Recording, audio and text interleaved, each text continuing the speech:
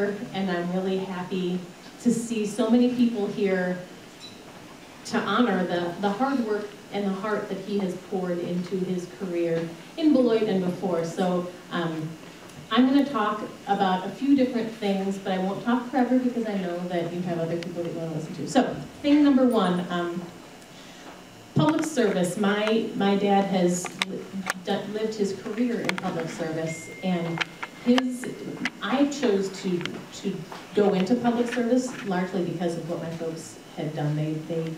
They served the public for their entire careers. He refused to squash dreams like that mean old meanie pants tried to do when he was in high school. In fact, he's very much the opposite of that.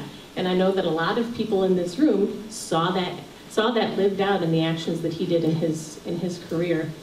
Scholarships that he set up, field trip money that he quietly covered for kids who couldn't make it, Letterman jackets that he bought, lunches that he would cover for kids who couldn't, but for a small hand up, couldn't have done the thing. So that's thing number one, public service. He's been a big inspiration to me there. When he talks about Beloit, when he talks about the kids of Beloit, when he talks about the things that Beloit is accomplishing. I see all these t-shirts that you guys are wearing that with the color blocks on it. What is the slogan? Beloit proud. Yeah. Proud. Amen.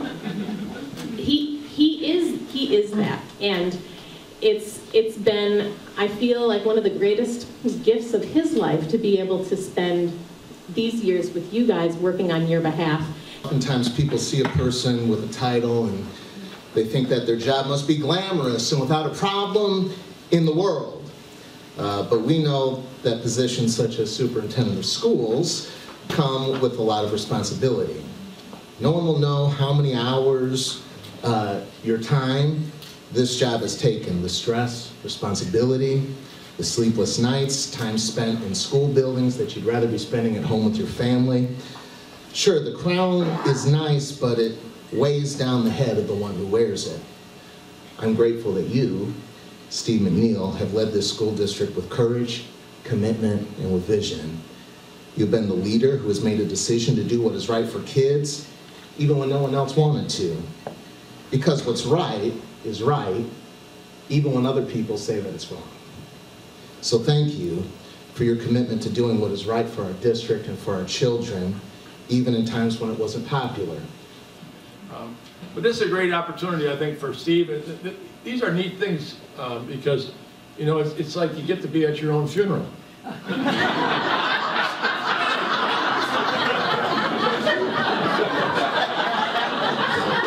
Hey now! You get to hear all these nice things while your ears are still working. It's kind of a neat deal for you. Sort of, daughter touched on it, and others as well, but the thing that I watch people in public life, whether they're appointed like a superintendent or whether they're elected or whatever, and over time it seems like people, generally there's a lot of different ways to describe the course they take with their lives, but I think generally it comes down to two basic ways that you proceed in these jobs, an important job like the superintendent of Beloit. And you can do one of two things. I've seen it across the board. You know, you can either go along to get along and deep respect for the status quo. And in my religion, God Almighty is the most powerful force in the world.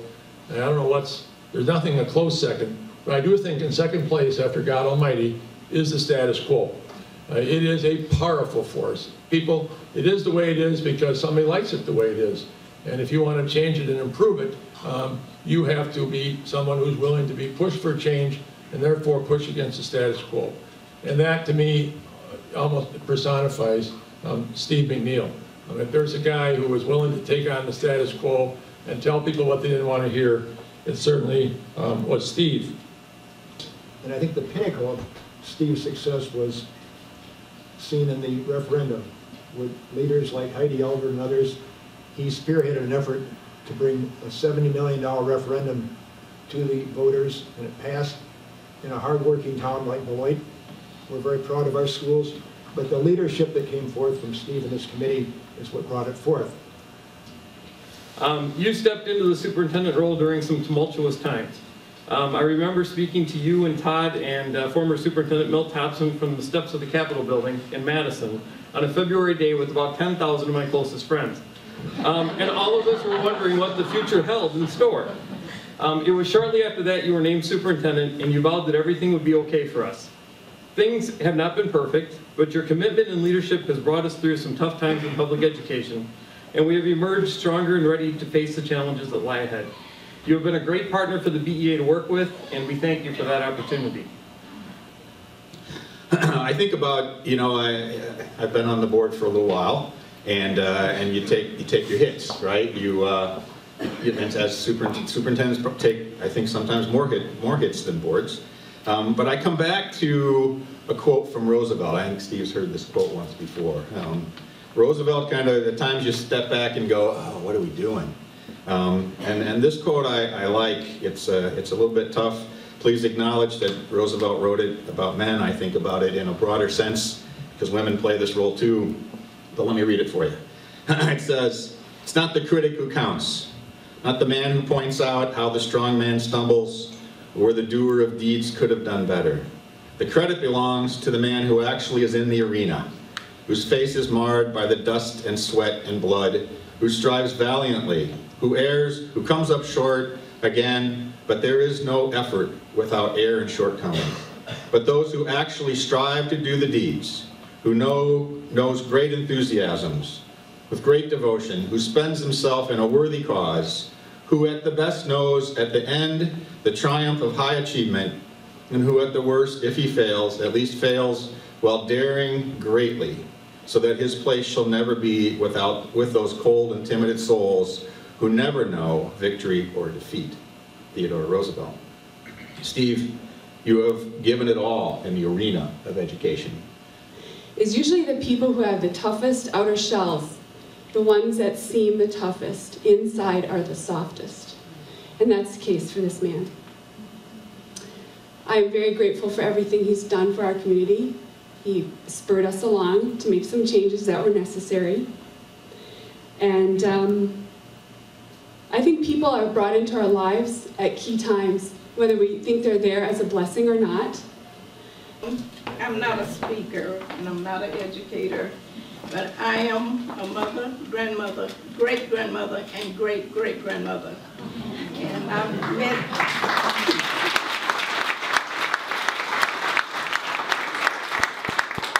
And I met Mr. McNeal at Merrill School. That's where we became friends at. And I love him because when they wanted to close Merrill School, him and Dr. Alice fought to keep it there because Merrill is a community school and we need it there. I had kids that went to Merrill School, grandkids, great-grandkids, and I got them there now.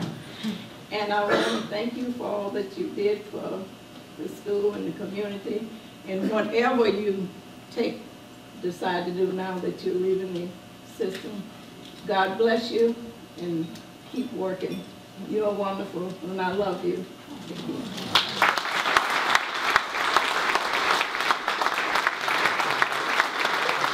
I'd like to say I'm the beginning, because many years ago I was at McNeal as principal, and we had an opening, and we went looking for the best we could find. And we went to Orfordville and talked to a number of people, and all the things we were looking for: hard worker, good person, committed to kids, wanting to do the very best for all kids and programs. Well, we found him in Steve McNeal.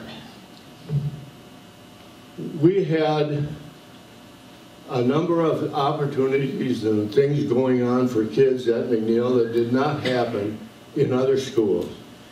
We did a lot on drug and alcohol prevention, student achievement, getting primarily minority kids involved in doing those things that would develop their leadership skills. One of the things we wanted. Well, we came away with all kinds of glory and accolades for McNeal and programs that were the height of everything. Steve worked, Missy, so very hard to do those things. I really want to echo, there's not much left to say, but I want to echo Senator Cullen's remarks, because I think there are a lot of people that get in a position of leadership like this and their #1 goal is to be loved. And I think that's never been what it's been about for Steve. Steve's goal has been to make a difference. And these have been challenging years for public education, and many school districts have struggled just to hang on during this time. And I think it's a testament to Steve's leadership that the school district of Beloit hasn't just hung on, but has really moved forward.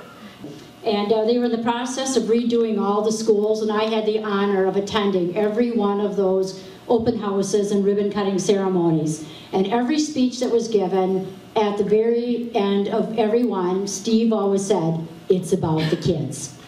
And that is truly what it's all about. So Steve, we have something here for you, and I will read it. Please come up. We have a citation of commendation. Whereas Steve McNeal is retiring from the school district of Beloit after serving as superintendent of schools since 2011. And whereas prior to accepting his position as superintendent, Steve served as assistant superintendent of schools in the Beloit and as principal for 25 years at several districts, including Parkview, Beloit, Broadhead, and Badger High School in Lake Geneva. And whereas Steve earned his associate's and bachelor's degrees from Northern Michigan University, a master's degree from UW-Whitewater, and a doctoral degree from UW-Wisconsin. And whereas in his time as superintendent of schools, Steve has been a leader in configuring Beloit's elementary schools during record funding cuts, while also saving staffing and programs at a time when other districts were cutting both. And whereas Steve implemented and expanded the Beloit Advanced Career Education Program by working with educators in more than 50, kind of hard to read here, partnerships with businesses, which in its lifetime will help thousands of students prepare for the workforce and find a job they love with a skill they need to succeed. And whereas Steve worked hand in hand with parents, educators, community leaders, and business owners, including the community referendum advocacy groups, Imagine Beloit, to pass a $70 million referendum to modernize and improve school facilities across the Beloit School District. Now therefore, Senator Janice Ringhand and Representative Mark Spreitzer do hereby thank Steve McNeal for his years of service to Wisconsin children and public schools, congratulate him on his retirement, and wish him success in all future endeavors. Thank you.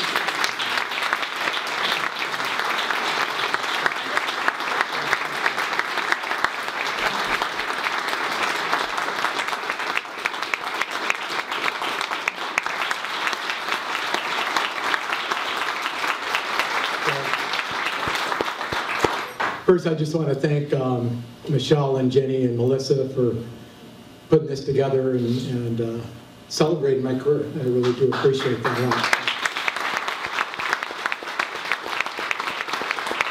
I think secondly, as Gail Sayers said, I'm third, right?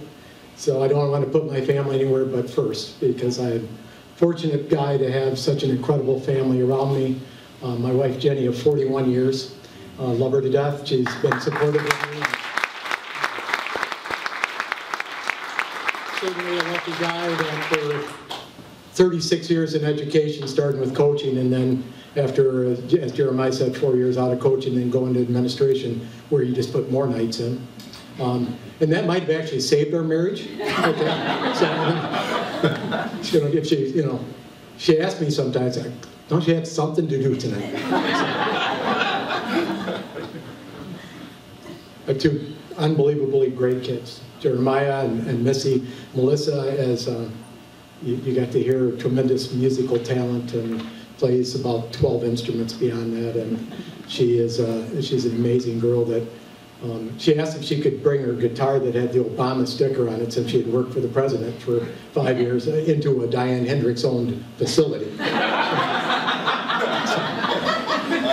Yeah, so She's a director of human resources with an IT company down in Chicago, and son Jeremiah is president of a company over in the Milwaukee area. His wife Bree, unbelievable lady, another daughter in our life, and love her to death, and we're so fortunate to have her. And then the three loves of my life, Olivia, 9th grader in Germantown, Natalie, a 7th grader, and then Gretchen, a 5th grader over in Germantown. So very, very fortunate. Yeah, and they love attention, so if you just...